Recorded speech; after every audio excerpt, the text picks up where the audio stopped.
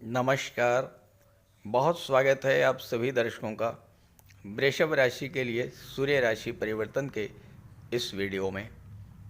ग्रहों के राजाधिराज भगवान भुवन भास्कर सूर्यदेव 16 नवंबर को अपनी नीच की राशि तुला राशि को छोड़कर अपने मित्र मंगल की राशि वृश्चिक राशि में गोचर कर चुके हैं और 15 दिसंबर तक वृश्चिक में ही गोचर करेंगे। जब कोई ग्रह नीच की राशि से बाहर आता है तो उसे राहत मिलती है, खुशी मिलती है और वो अपनी खुशी सभी को प्रदान करता है। सबसे महत्वपूर्ण बात यह है कि सूर्यदेव अपने मित्र की राशि मित्र के घर आए हैं और दूसरी महत्वपूर्ण बात यह है कि अपने मित्र मंगल से त्रिकोण का संबंध बना रहे हैं। नवम पंचम का योग बन रहा है। ऐसे में सूर्य भी एक्टिवेट होंगे और मंगल भी एक्टिवेट होंगे। जब दो ग्रह जिन्हें ज्योतिष शास्त्र में ग्रहों के राजा और ग्रहों के सेनापति की संज्ञा दी गई है एक्टिवेट होंगे तो हमारे जीवन में भी बहुत बड़ा सकारात्मक परिवर्तन लेकर के आएंगे। तो इस राशि परिवर्तन का वृषभ राशि के जातकों के जीवन पर क्या प्रभाव पड़ेगा, इसी का विश्लेषण करेंगे इस वीडियो में। ये विश्लेषण आपकी चंद्र राशि के आधार पर किया जा रहा है, यानी आपकी जन्म कुंडली में चंद्रमा जिस भाव में है अगर वहाँ पर 2 का अंक लिखा है तो आपकी वृषभ राशि है और उसी के आधार पर आपको इस वीडियो को समझना है। तो ये है वृषभ राशि के जातकों की कुंडली। सूर्यदेव का गोचर आपकी कुंडली के सप्तम भाव में है। मंगल आपकी कुंडली के तीसरे भाव में है। मंगल सूर्य का नवम पंचम का योग बन रहा है, एक दूसरे से त्रिकोण पर हैं। मंगल भी एक्टिवेट हैं और सूर्य भी एक्टिवेट हैं। अब यहाँ पर एक बात ये समझने की है कि मंगल अपनी नीच की राशि में गोचर कर रहे हैं, इसलिए मंगल के कुछ अशुभ फल भी आपको प्राप्त होंगे। हालांकि मंगल जब एक्टिवेट होंगे तो 12वां भाव भी एक्टिव होगा और 7वां भाव भी एक्टिव होगा, क्योंकि 12वें भाव के स्वामी हैं और 7वें भाव के स्वामी हैं मंगल। साथ ही साथ सूर्य चौथे भाव के स्वामी हैं और लग्न पर दृष्टि डाल रहे हैं, तो लग्न भाव का भी फल आपको प्राप्त होगा। मंगल को लेकर क्या सावधानी रखनी होगी, इस पर आगे चर्चा करेंगे। पहले बात कर लेते हैं सूर्यदेव की। सूर्यदेव आपकी कुंडली के सप्तम भाव में गोचर कर रहे हैं। 7वां भाव जो है ये आपके विवाह, दाम्पत्य सुख और व्यापार को दर्शाता है। 7वें भाव में सूर्य का गोचर हर दृष्टि से अच्छा है, केवल दाम्पत्य सुखों में थोड़ी परेशानी आ सकती है, दाम्पत्य सुखों में कमी आ सकती है। हालांकि दाम्पत्य जीवन में समस्याएं नहीं आएंगी अगर आप अपने अहंकार और ईगो पर नियंत्रण रखेंगे। यहाँ सूर्य आपको जिद्दी बना देंगे। आप अपनी बात अपने जीवन साथी पर थोपने का प्रयास करेंगे और इससे समस्या उत्पन्न होगी। जीवन साथी का स्वास्थ्य भी खराब हो सकता है और अगर आपका जीवन साथी या आप स्वयं सीनियर सिटीजन हैं तो आपको अपने स्वास्थ्य का विशेष ध्यान रखना होगा। खास करके वो जातक जो heart problem, angina pain, high blood pressure, सिर दर्द या माइग्रेन की समस्या से या ब्लड संबंधी किसी समस्या से पीड़ित हैं, उन्हें विशेष सावधानी रखनी होगी। हालांकि अगर आपका जीवन साथी जॉब में है तो उसे विशेष सफलता भी मिलेगी। जीवन साथी से कुछ दिनों के लिए दूरी भी बन सकती है। इस गोचर काल में आपको अपने जीवन साथी से संबंध बना करके रखना होगा। सूर्य आपके अहंकार को, आपके ईगो को डेवलप कर देंगे। मैं ही सब कुछ हूँ, मैं जो सोचता हूँ, जो करता हूँ वही सही है।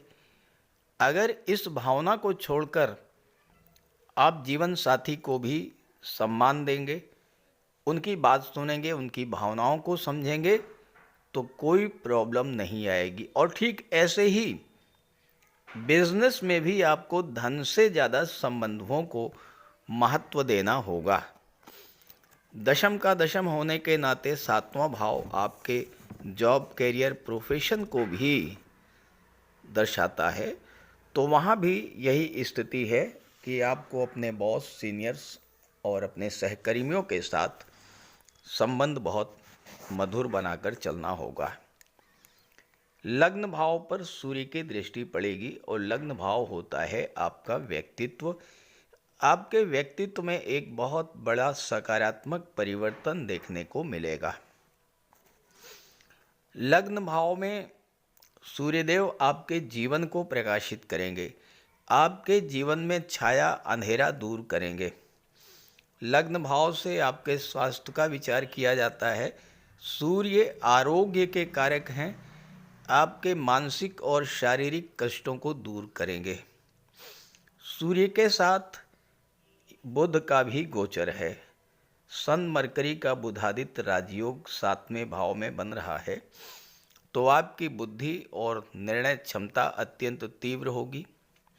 सूर्य और बुध मिलकर आपकी निर्णय क्षमता को मजबूत बनाएंगे और आप जो भी फैसले लेंगे इस गोचर काल में वो सही होंगे और आपको सफलता मिलेगी। आपके राशि के स्वामी हैं दैत्य गुरु शुक्र, जो कि धन के कारक हैं, बुध के मित्र हैं। और बुध आपकी कुंडली में धन के भाव के स्वामी होकर के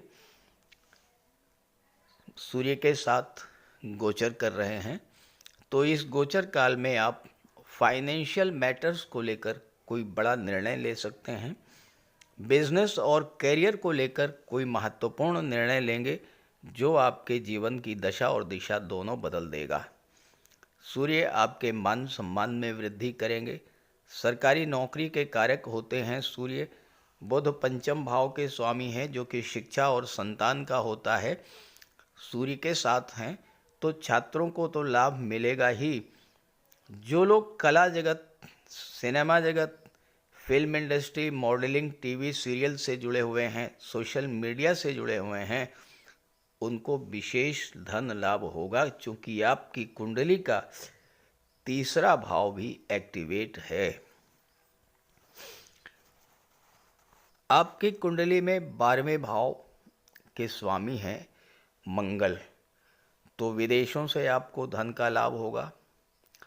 और चूंकि बुध धन भाव के स्वामी हैं तो धन का संचय होगा। बुध व्यापार के कारक होते हैं। धन भाव आपका परिवार होता है। जो लोग फैमिली बिजनेस से जुड़े हुए हैं उनके लिए भी समय बहुत अच्छा रहेगा। विदेशी लोगों से जुड़ करके, विदेश से जुड़ करके आपको विशेष लाभ मिलेगा। सूर्य आत्मा के कारक होते हैं, आपके आत्मबल और आपकी जीवनी शक्ति में वृद्धि करेंगे।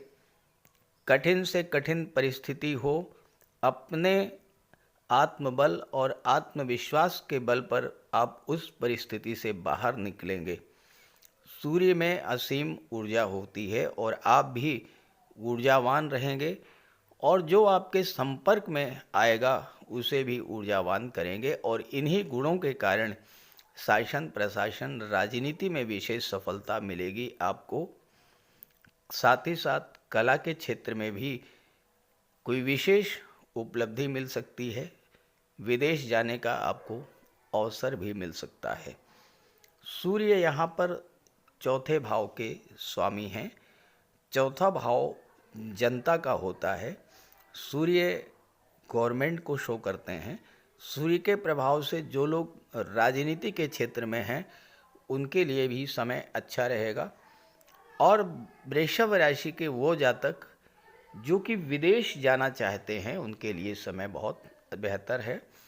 तो इस गोचर का लाभ उठाइएगा और 2-3 छोटे छोटे उपाय मैं बता रहा हूँ, वो ज़रूर कीजिएगा।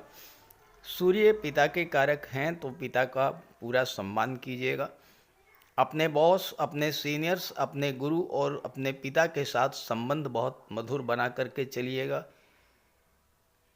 प्रातः सूर्योदय के 1 घंटे के भीतर सूर्यदेव को जल अर्पित कीजिए।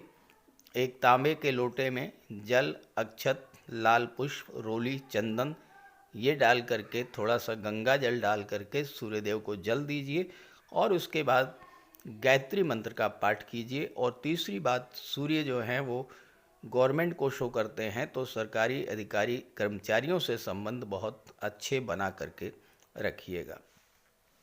जहाँ तक मंगल की बात है, मंगल अपनी नीच की राशि में है और 12वें भाव के स्वामी हैं। मंगल क्रोध के, उग्रता के, लड़ाई झगड़े के कारक होते हैं, विवाद के कारक होते हैं। और तीसरा भाव जो होता है ये आपकी कम्युनिकेशन पावर का होता है, संवाद क्षमता का होता है। तो बोलते समय, कुछ कहते समय बहुत सोच समझ करके बोलिएगा। क्रोध पर, उग्रता पर नियंत्रण रखिएगा, अन्यथा कोई लड़ाई झगड़े की स्थिति बन सकती है, कोर्ट कचहरी की नौबत भी आ सकती है। और साथ ही साथ 12वां भाव अस्पताल का भी होता है, तो स्वास्थ्य का भी आपको विशेष ध्यान रखना होगा। तो ये वीडियो, ये जानकारी अपने साथियों, मित्रों को भी शेयर कीजिएगा। नमस्कार।